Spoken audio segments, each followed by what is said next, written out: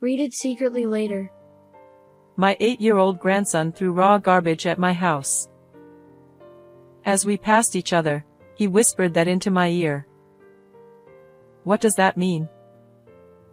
My husband had passed away, and I, who was wheelchair-bound, picked up the bag with great effort.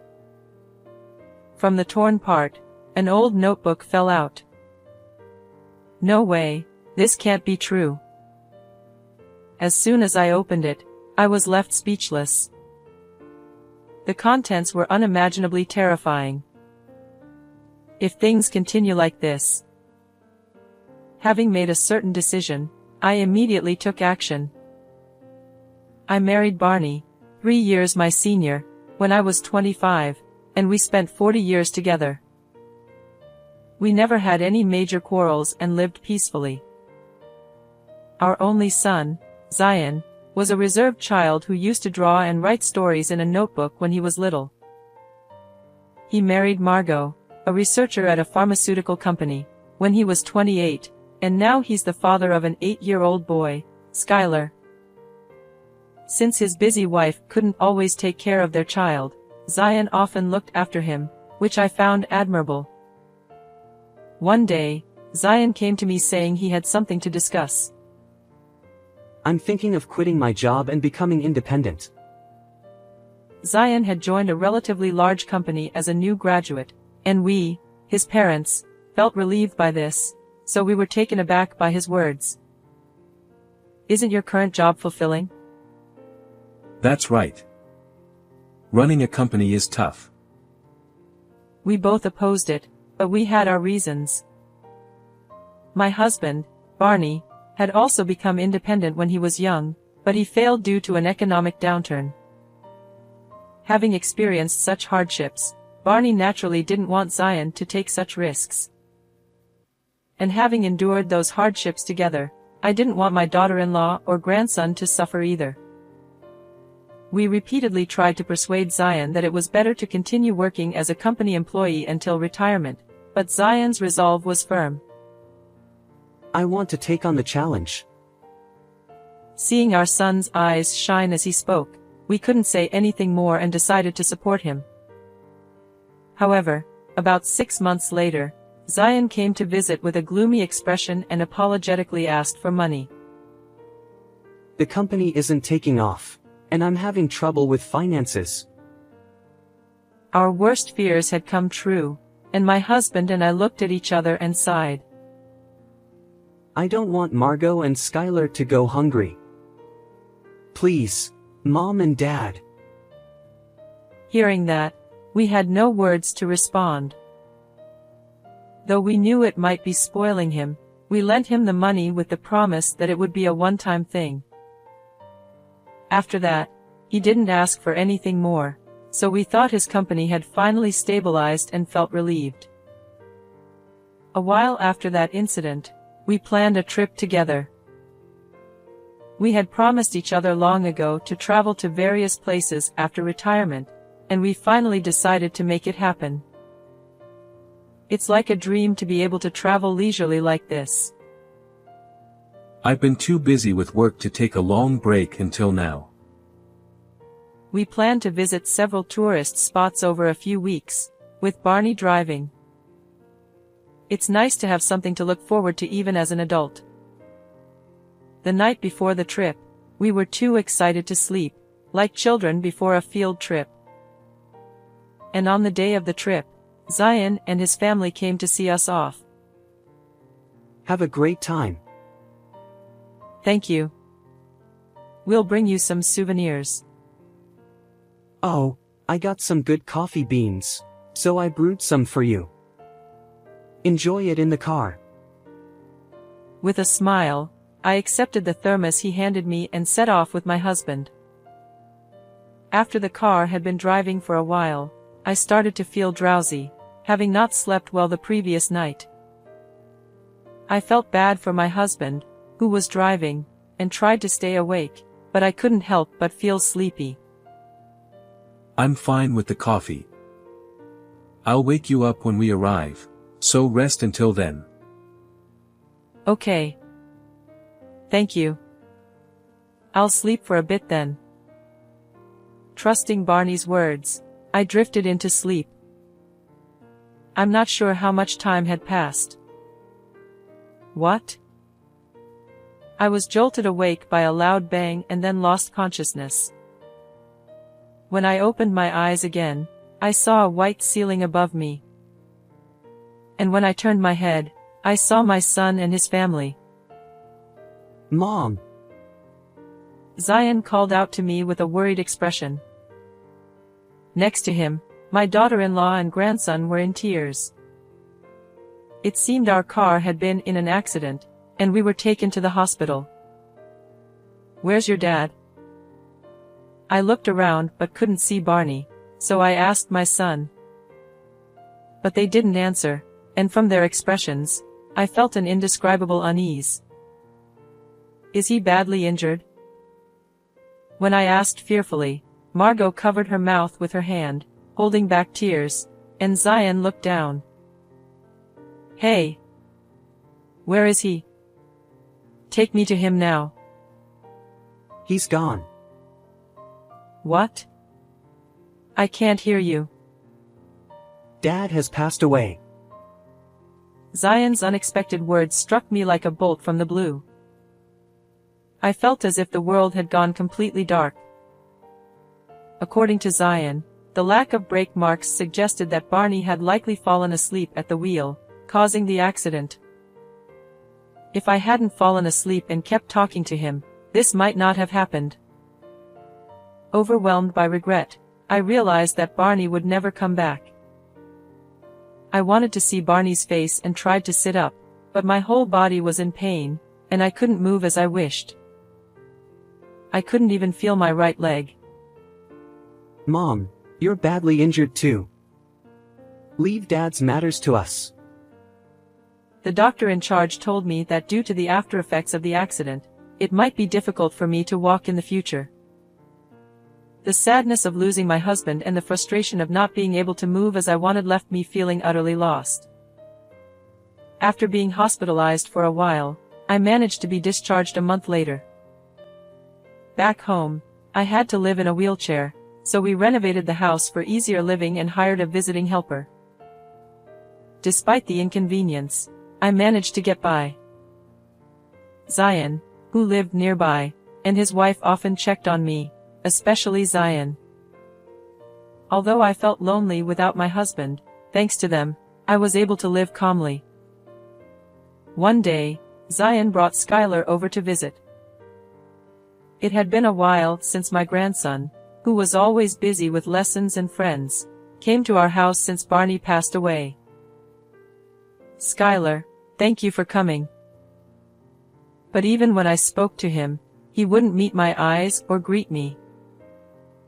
Not only that, he seemed restless, looking around everywhere. "What's wrong?" When I merely asked that, Skylar glared at me as if I were an enemy. Shut up.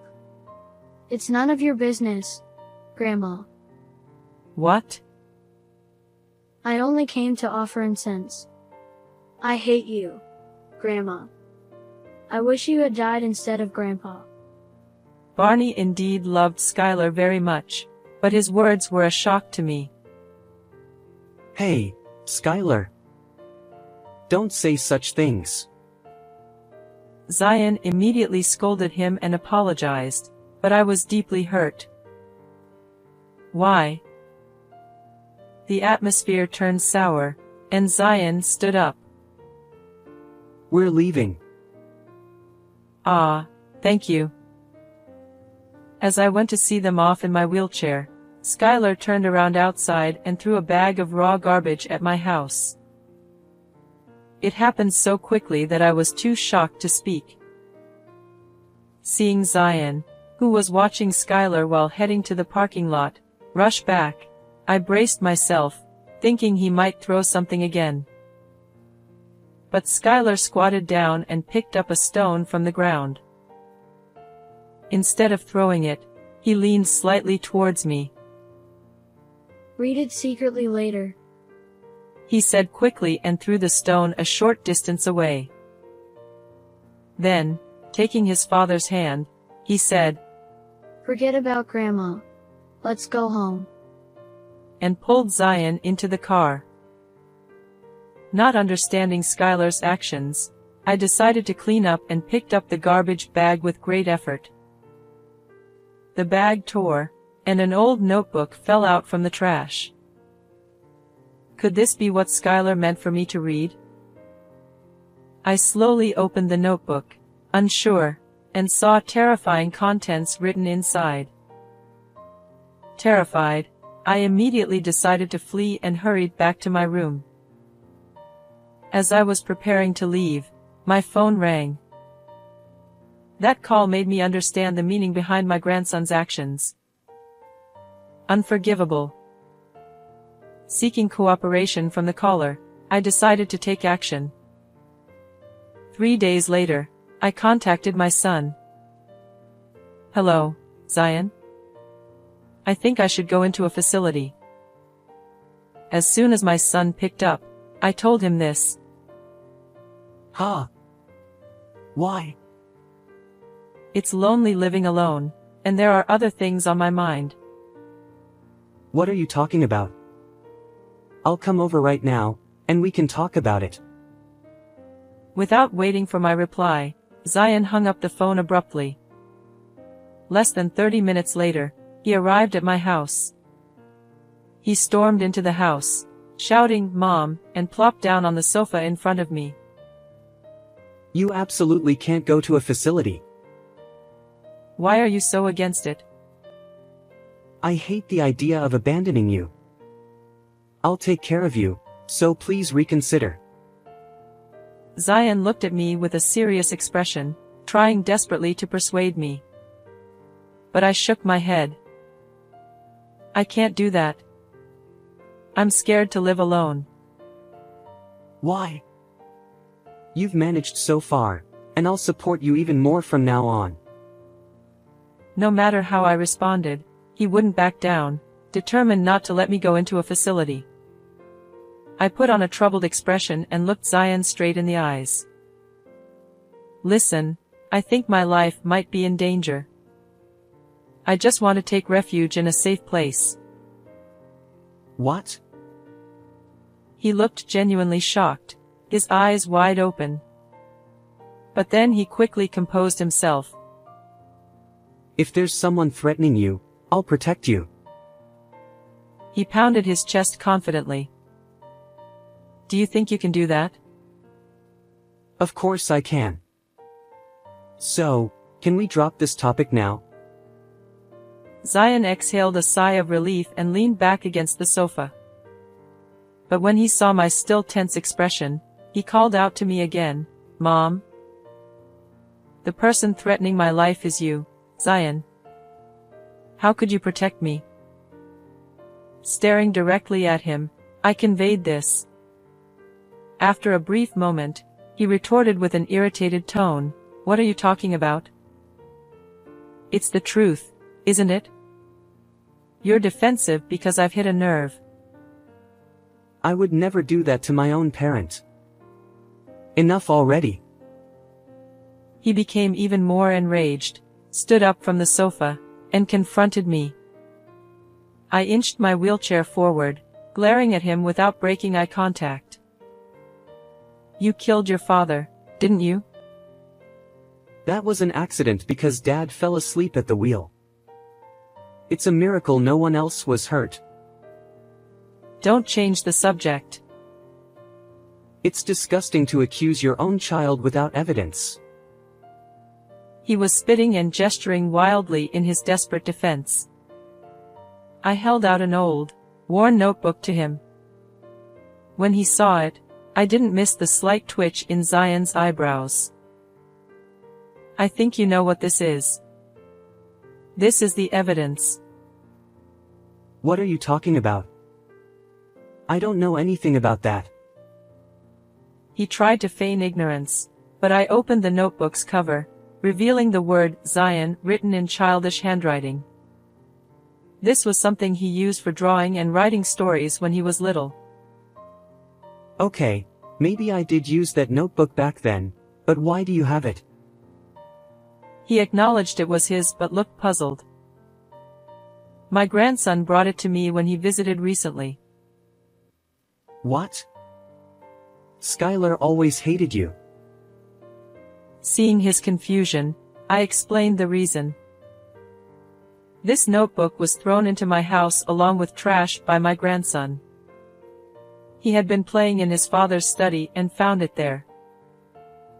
At first, he enjoyed looking at the drawings his father had made as a child, but then he found horrifying writings. Shocked to see us mentioned, he took the notebook to his room, realizing he needed to tell me immediately. But feeling his father's watchful eyes, he devised a plan to act like he hated me to avoid suspicion. Skylar must have thought a lot about it. That sneaky little brat. Zion clicked his tongue and muttered to himself. I continued my story, unfazed. Skylar came to my house with his father, acting like he disliked me to stay under the radar. He waited for a chance to throw the notebook to me without his father noticing. I learned this from a call with my daughter-in-law, Margot, while I was preparing to flee. Skylar had confessed everything to his mother, who then called to apologize to me. He's only 8 years old. Imagine how hard it was for him. I don't care. He did that on his own. My heart ached thinking about Skylar, but Zion showed no concern, only spewing insults. I decided to confront Zion with the baton Skylar had handed me. This notebook contains terrifying things. Turning the pages, I showed Zion the detailed plan to send my husband and me to the afterlife. This is just notes on a mystery drama I was into. Zion avoided eye contact, looking up to the right. Interesting. But the circumstances of your father's death match what's written here. Strange, isn't it? It's just a coincidence. Oh. There's one difference. According to this plan, I was supposed to die too, but I survived. The notebook outlined a plan to drug us and stage an accident. It even detailed waiting for the car to crash. Zion got angry again. You can't just accuse me based on this notebook. There's no real evidence. I have evidence. I handed him a piece of paper. He snatched it from me, looking shocked. The thermos you gave me before the trip tested positive for sleeping pills. What? That wasn't found among Dad's belongings. It should have been destroyed in the crash. He looked stunned but then angrily questioned me. Actually, the thermos had been wedged in the back of the car seat, and the police had brought it to the hospital. I had avoided touching anything related to my memories with my husband, so I had kept the thermos as it was. When I saw my son's plan in the notebook, I remembered its existence. Though it only contained a little, I decided to rely on a faint hope and asked Margot, who works as a researcher for a pharmaceutical company, to examine it. It turned out that the thermos indeed contained drugs, and the components were clearly detected. Moreover, the drug is apparently the same one you were prescribed at the hospital, I said, showing him the prescription from his room. You broke into my room. Margot helped me. Damn it. So you all are in on this together. What the hell do you think you're doing? Zion stamped his feet in frustration, and I couldn't help but sigh at his childish behavior. But this was not the end. I presented another piece of paper to Zion, and as soon as he saw it, he was shocked, beads of sweat forming on his forehead. Your reason for trying to kill us was money, right? It was his loan agreement. He had started a company but lacked both business acumen and sense. He spent company money on drinking and entertainment, and Margot found his computer's ledger, showing it was a reckless mismanagement. the company had already gone bankrupt, and it was easy to imagine that the money we lent him had vanished in an instant. You wanted the inheritance, didn't you? I confronted him sternly, and he started laughing. The first accident was supposed to take you both out. What a pity. You weren't worried about coming to check on us. You were just waiting for a chance to kill me. Of course. Otherwise, the inheritance wouldn't all go to me. Without any remorse, Zion spoke matter-of-factly. I glared at him in anger, but he just continued to grin. If you found out, there's nothing to do but kill you here and now. He lunged at me in my wheelchair. At that moment, a voice shouted, "Stop," and the sliding door to the next room opened, revealing Margot and a male helper. He was quickly subdued. I'll report this to the police. I never thought I'd have to turn my own son over to them. It's so sad, I said. Please, don't do that. Keep quiet about this. I'll take care of you for the rest of my life. He cried, his face soaked with tears and snot. That's enough. I don't consider you my son anymore. I pushed him away, and he cried out like a child, wailing loudly. Just then, the police, whom Margot had called, arrived, and he was dragged away. Zion was arrested for this incident and sentenced to life behind bars. Margot filed for divorce, and I severed ties with Zion as his mother. Even if he were to be released in a few years, no one would be waiting for him anymore. As for me, I still maintain my bond with Margot and my grandson. Skylar, who always says he loves his grandma, pushes my wheelchair and takes me for walks. I continue my daily rehabilitation, aiming to walk again on my own feet and travel to various places with my husband's photo. How did you find today's story? Please subscribe to the channel. See you in the next video.